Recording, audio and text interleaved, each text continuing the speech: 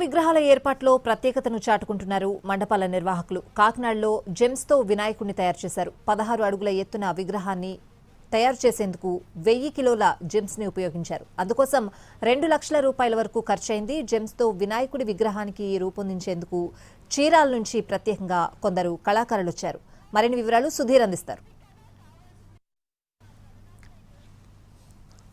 వినాయక చవితి సందర్భంగా కాకినాడలో వినూత్నంగా జేమ్స్ చాక్లెట్లో వినాయకులను తయారు చేశారు.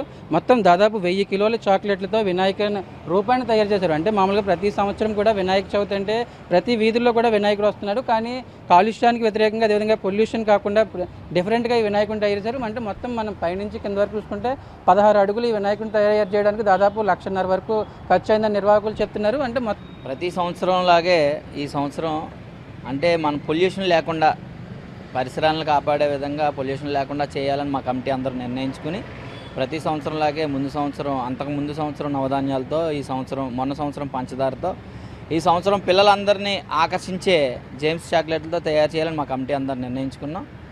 అదేవిధంగా చీరాల నుంచి వచ్చి వర్కర్స్ని తీసుకొచ్చి వారితో మనం ఈ విగ్రహం చేయించడం జరిగింది. ఇది ఒక వారం రోజులు ఈశ్వరరావు బుజ్జి వాళ్ళ కమిటీ వాళ్ళు చీరాల నుంచి వచ్చి ఒక వారం రోజులు ఇక్కడే స్పెండ్ చేసి వాళ్ళు ఈ విగ్రహం తయారు చేయడం జరుగుతుంది. అలా మా కమిటీ మెంబర్స్ అందరూ కూడా మనం పొల్యూషన్ లేకుండా జనం ఆకర్షితులై మన పందిరి దగ్గరికి వచ్చి చూసే విధంగా చేయాలని మీ కమిటీ అందరూ నిర్ణయించుకుని ప్రతి సంవత్సరం కూడా ఒక ఐటెంతో తయారు చేయాలని డిసైడ్ అయ్యాం. ఈ సంవత్సరం జెమ్స్ చాక్లెట్స్తో ఈ వాళ్ళ విగ్రహం తయారు చేయడం జరిగింది.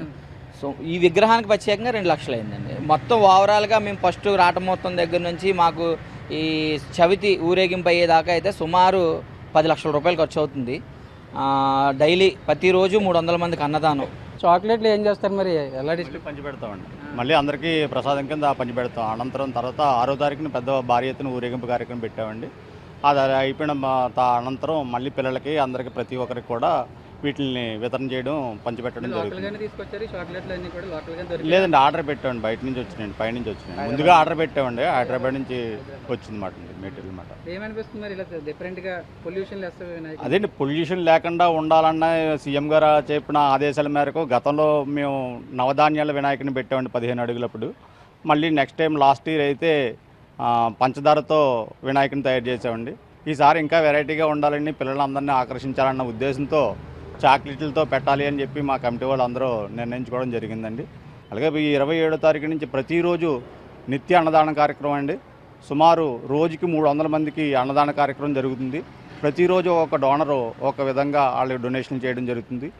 చూసుకోవచ్చు. మొత్తం ఇవన్నీ కూడా చాక్లెట్స్, జేమ్స్ చాక్లెట్స్, అదేవిధంగా వీటిని అన్నింటిని కూడా డిజైన్ చేయడానికి చీరాల నుంచి వర్కర్స్ వచ్చారని నిర్వాహకులు చెప్తున్నారు. ఈ చాక్లెట్స్ అని డిఫరెంట్గా జనరల్గా వినాయక చవితి అంటే ఒక విగ్రహం తీసుకురావడం, 9 రోజులు దానికి సంబంధించి పూజలు చేయడం, నిమజ్జనం చేయడం రెగ్యులర్గా జరుగుతుంది. కానీ డిఫరెంట్గా పొల్యూషన్ లెస్ ఉండాలి. అదేవిధంగా పిల్లల్ని కావచ్చు, వినాయక చవితి అంటే ఎక్కువగా ఎంజాయ్ చేసే పిల్లలు ఉంటారు. పిల్లల్ని ఈ అట్రాక్ట్ చేయడానికి దీనికి సంబంధించి కూడా చాక్లెట్స్తో డిఫరెంట్గా తయారు చేస్తామని నిర్వాహకులు చెప్తున్నారు. మొత్తం దానికి సంబంధించి నెల రోజులు ముందుగానే దాదాపు 1000 కిలోల ఈ జేమ్స్ చాక్లెట్స్ని ఆర్డర్ పెట్టాము. పూర్తి స్థాయిలో దీనికి సంబంధించి దాదాపు ఓన్లీ విగ్రహం తయారు చేయడానికి 2 లక్షల వరకు ఖర్చు అయిందని నిర్వాహకులు చెప్తున్నారు. ఈ చాక్లెట్స్ని అన్నింటినీ కూడా ప్రసాదం రూపంలో మొత్తం నవరాత్రుల తర్వాత డిస్ట్రిబ్యూట్ చేస్తామని చెప్తున్న పరిస్థితి. ప్రకాష్తో సాయి సుధీర్ ఎన్టీవీ కాకినాడ నుంచి.